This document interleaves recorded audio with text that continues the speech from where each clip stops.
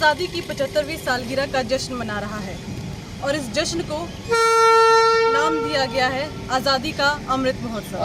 और इस मौके पर हर घर तिरंगा अभियान की शुरुआत की गई है। इसके तहत पीएम मोदी ने हर घर तिरंगा फहराने का आग्रह किया है और अब इस अभियान के तहत कई सारे विवाद भी शुरू हो गए हैं और इसी विवाद से जुड़ा एक और विवाद इस फहरिस्त में जुड़ गया है।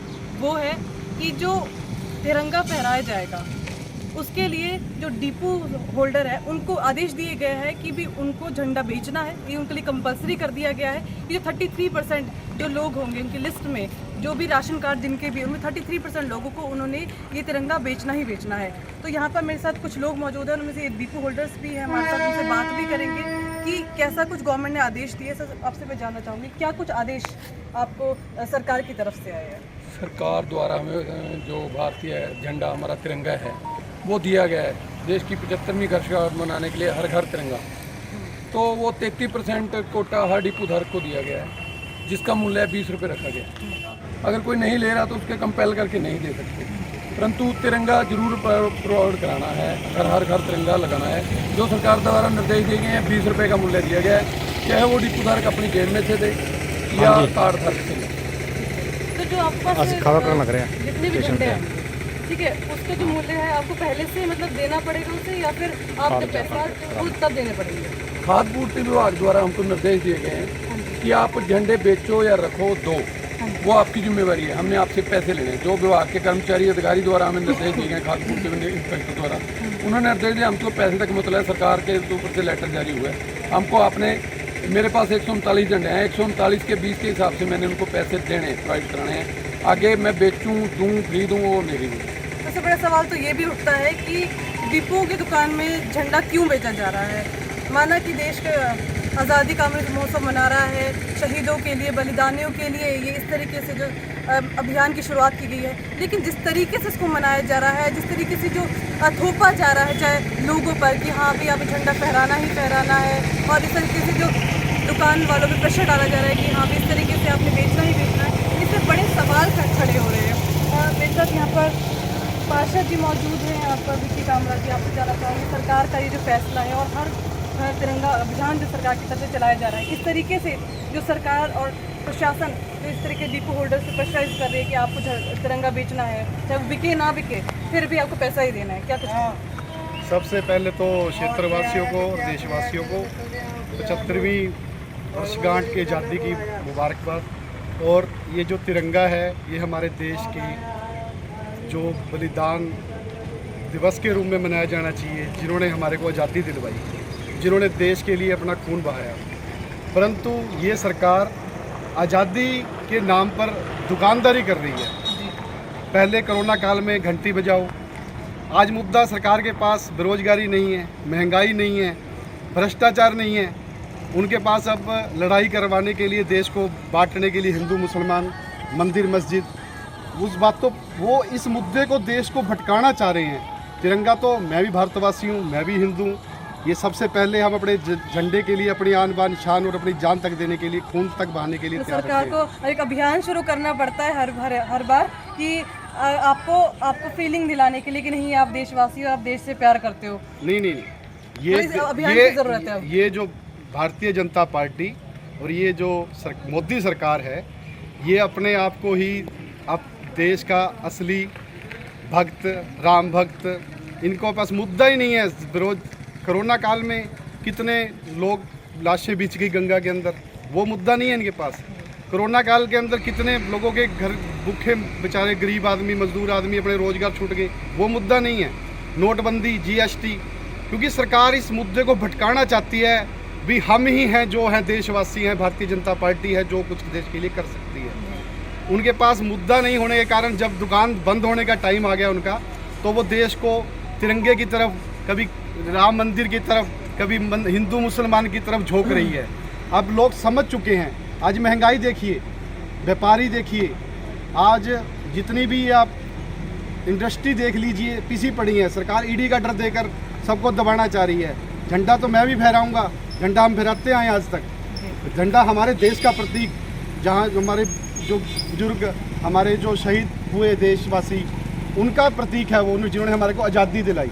ये लोग अब पहले कोरोना काल में अपनी एक दाना ही नहीं दिया डिपुओं पर, और थैले बंटवाए मोदी की फ़ोटो लगवा कर इन्होंने, उसकी ऐड करी मोदी की।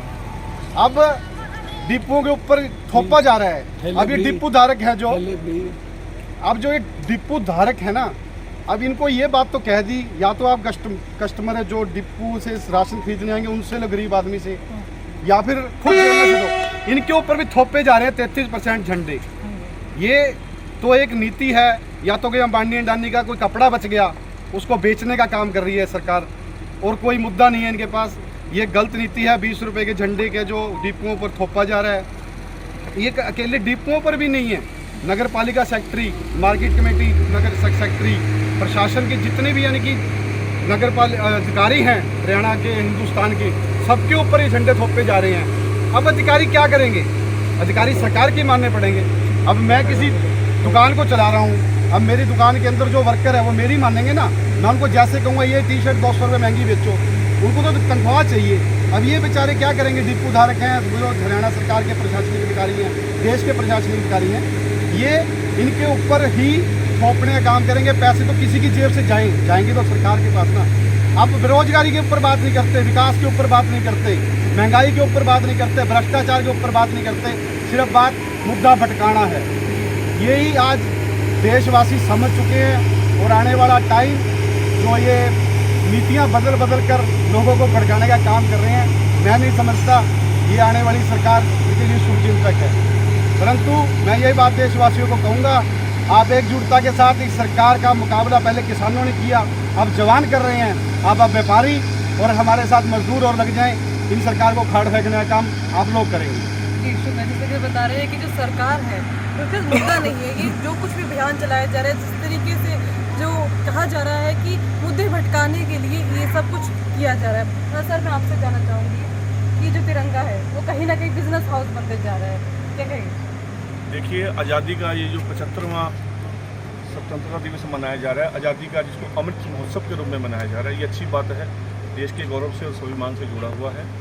और भारत देश की 135 करोड़ जनता का ये दिवस है। इसके लिए मोदी को या बीजेपी को ये सिद्ध करने की किसी को ज़रूरत नहीं है कि मैं देशभक्त हूँ।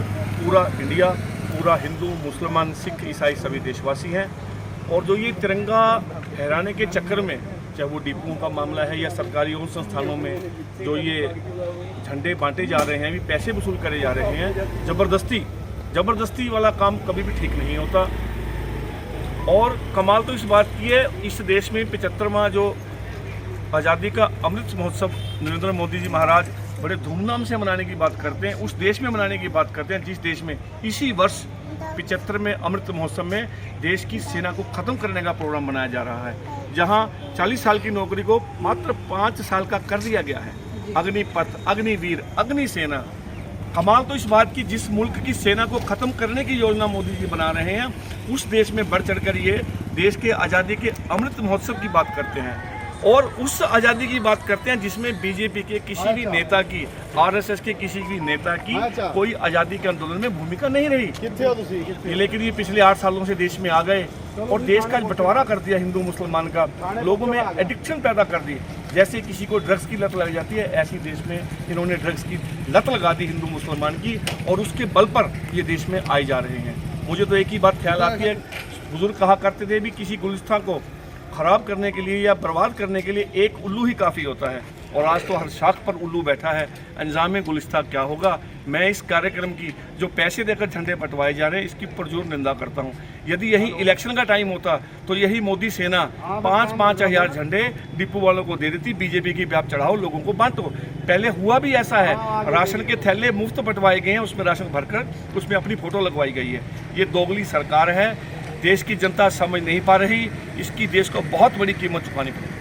जी शुक्रिया जी, उन्होंने बहुत ज़रूरी एक बात कही कि जिस तरीके से जो सरकार ने ये जो अभियान चलाया है, इससे कोई शक नहीं है, इसे देशभक्ति के लिए चलाया जा रहा है, शहीदों को याद करने के लिए, एक देश पर जज्बा जगाने के लिए। वहीं दूसरी ओर जो अग्निपथ योजना सरकार की तरफ से चलाई जा रही है, अग्निवीर जिसमें भर्ती किए जा रहे हैं, वहीं कहीं ना कहीं सेना को ख़त्म करने की ये बात इन्होंने यहाँ पर कही। और बात करें, क्योंकि ये अभियान के तहत 13 से 15 अगस्त के बीच जो मोदी सरकार ने कहा है कि सभी घर में तिरंगा फहराया जाना चाहिए और इसके लिए आग्रह किया है उन्होंने। और बात ये भी है कि अगर कोई तिरंगा 10 रुपये में बेचे तो ये खर्चा करीब 200 करोड़ रुपए तक जाएगा।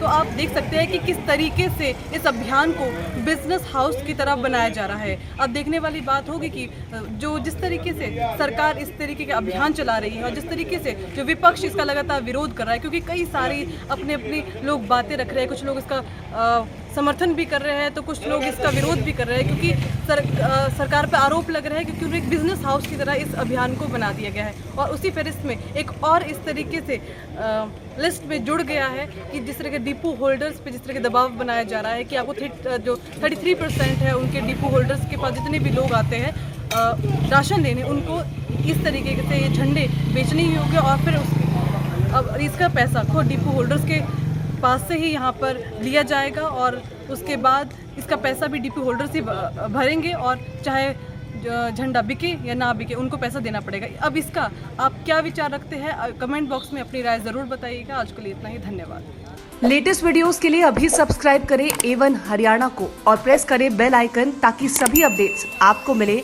सबसे पहले।